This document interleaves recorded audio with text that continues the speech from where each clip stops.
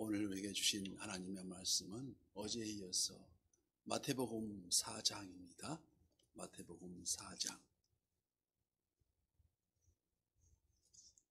1절에서 3절까지만 마태복음 4장입니다.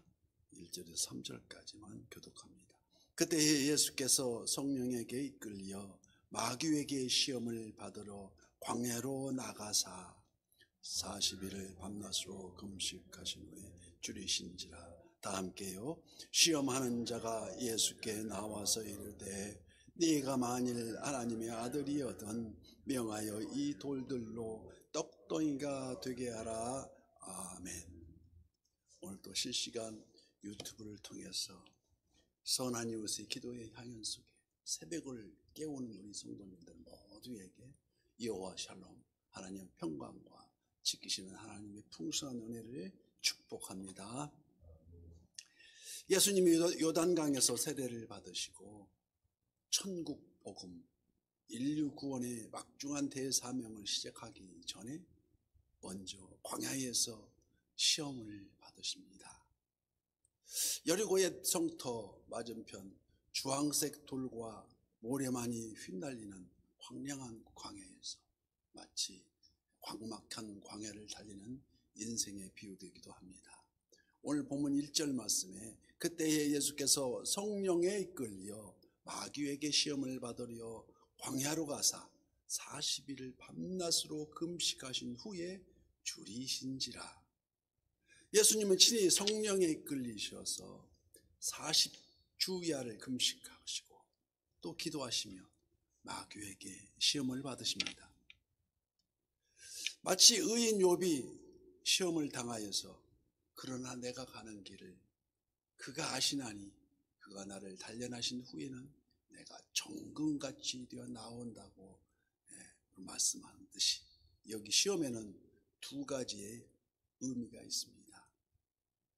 첫 번째는 하나님 편에서는 영어로 테스트, 시험, 그 시험은 단련하게 하기 위한 시험이나 두 번째 마귀 편에서는 템테이션, 이 단련을 막기 위한 도전의 겸한 시험이라는 것입니다. 첫째 단련하는 시험 테스트는 더욱 개선하기 위해서 시련을 주고 돈독해 하는 의미를 가지고 있습니다만, 예를 들어서 학교에서 학생들에게 교과를 가르친 후에 기말 시험을, 기말 테스트를 하는데 이는 실력을 더 높이기 위한 시험이라는 것입니다. 그러나 마귀가 도전하는 템테이션은 상대방을 파멸로 넘어뜨리기 위한 도전이라는 것입니다.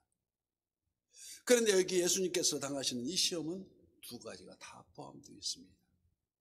마귀는 분명 넘어뜨리려고 시험을 냈고 또한 성령에게 이끌리시어 하나님 편에서 인류 구원의 대사명을 맡기기 위한 훈련의 과정이라는 것입니다. 믿음의 조상 아브라함에게도 그의 아들 이삭을 모리아산에서 제물로 바치라는 하나님 시험이 있었습니다. 믿음의 정도를 시험하시려고. 의인 욥을 시험할 때에도 사단은 욥을 넘어뜨리려고 템테이션을 하지만 단련하신 후에는 더 큰 축복으로 우리 하나님께서는 채워주셨습니다. 오늘 또 하나님은 믿음의 분량대로 우리를 테스트하고 계십니다. 히브리서 12장 6절 말씀, 주께서 그 사랑하시는 자를 징계하시고 그가 받아들이시는 아들마다 채찍질 하심이라 하였으니 너희가 참음은 징계를 받기 위함이라. 하나님이 아들과 같이 너희를 대우하시니 어찌 아버지가 징계하지 않는 아들이 있으리요. 징계는 다 받는 것이거늘 너희에게 없으면 사생자요 친아들이 아니라고 말씀하십니다. 그래야 때로는 실패도 당하고 병이 나고 핍박과 멸시도 받고 대학 입시에 낙방도 합니다. 그러나 분명한 것은 하나님 시험하시는 목적이 단련하신 후에는 더 온전케 하심이라는 것을 기억해야 합니다. 깨달음과 유익으로 더 가까이 나가게 하기 위하여 어떠한 시련에도 어떠한 난관에도 인내는 연단은 더 큰 소망을 낳는다는 것을 기억해야 합니다. 베드로전서 1장 7절 말씀에도 너희 믿음이 확실함을 불로 연단하여도 없어질 금보다 더 귀하여 예수 그리스도께서 나타나실 때에 칭찬과 존귀를 얻게 할 것이라고 분명하게 말씀하십니다. 무릇 징계가 당시에는 힘들고 애처로워 보이나 그 연단하는 자에게는 의에 합당한 열매를 맺게 한다는 것이 아니겠습니까? 야고보서 1장 2절 말씀에도 내 형제들아 너희가 여러 가지 시험을 당하거든 온전히 기쁘게 여기라. 이는 너희 믿음의 시련이 인내를 만들어내는 줄 너희가 알미라. 인내를 온전히 이루라. 이는 너희로 온전하고 구비하여 조금도 부족함이 없게 하려 함이라. 또한 야고보서 1장 12절 말씀에 이어서 시험을 참는 자는 복이 있나니 이는 이 시련을 견디어낸 자가 주께서 자기를 사랑하는 자들에게 약속하신 생명의 멸관을 얻을 것이기 때문이라고 말씀합니다. 만일 우리가 하나님의 시험, 이 테스트를 받고 견디지 못하여서 하나님을 원망하고 돌아선다면 그때 마귀가 바로 유혹하는 템테이션을 다가와서 넘어뜨리고 만다는 것입니다. 둘째, 예수님은 광야에서 40주야를 금식하며 기도하셨습니다. 인류를 죄악에서 구원하실 메시아로서의 대사명, 그 길 한가운데 십자가가 가로 놓여 있음을 우리는 봅니다. 성경에 40에 기인한 숫자는 시련의 기간으로 나타나 있습니다. 노아의 방주도 40주야로 피가 내렸고 모세의 시내산 등정 10계명을 받을 때에도 40일 금식하고 올라갑니다. 출애굽한 이스라엘 백성이 광야 생활도 40년이지 않습니까?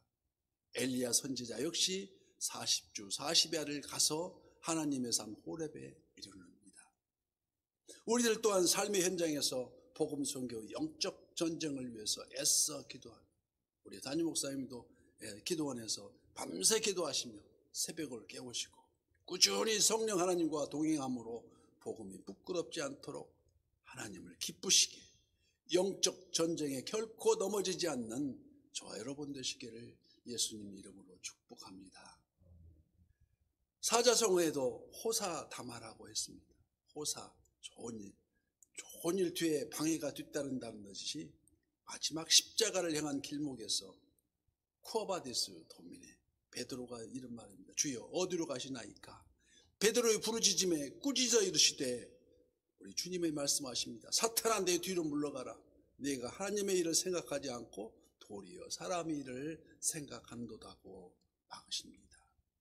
끈질긴 마귀는 가룟 유다의 마음에 예수를 팔려는 생각을 집어넣었습니다.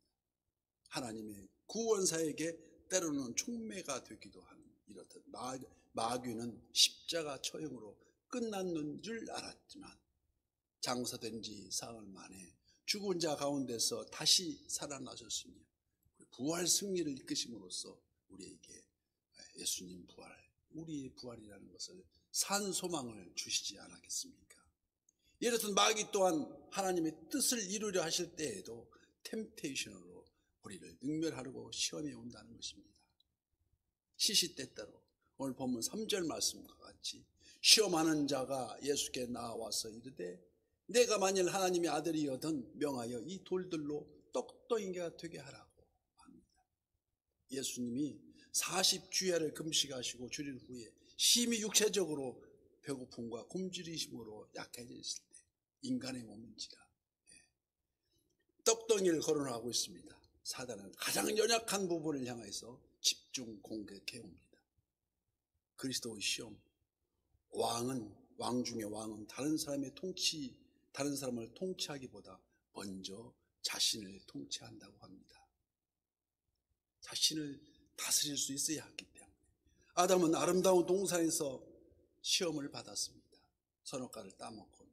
그러나 제2의 아담 그리스도의 외로운 광야에서 시험을 받으십니다. 아담은 최상의 조건에서 시험을 받지만 그리스도는 최악의 굶주리면서 또 아담의 범죄는 죽음을 가져왔지만 그리스도를 믿는 자로 하여금 그리스도께는 생명을 주셨다는 것입니다. 부활 승리하시는 생명. 예수님은 이 모든 시험을 오직 말씀으로 이기셨습니다. 그래서 그 말씀은 성령의 검이라고 표현합니다. 모든 시험이 말씀으로, 에베소 6장 17절, 구원의 투구와 성령의 검 곧 하나님의 말씀이시니라고 말했듯이 오늘 또 우리 성령의 검, 이 말씀에 의지하여 새벽을 깨우면서 승리하시는 오늘 되시기를 예수님 이름으로 간절히 축복합니다.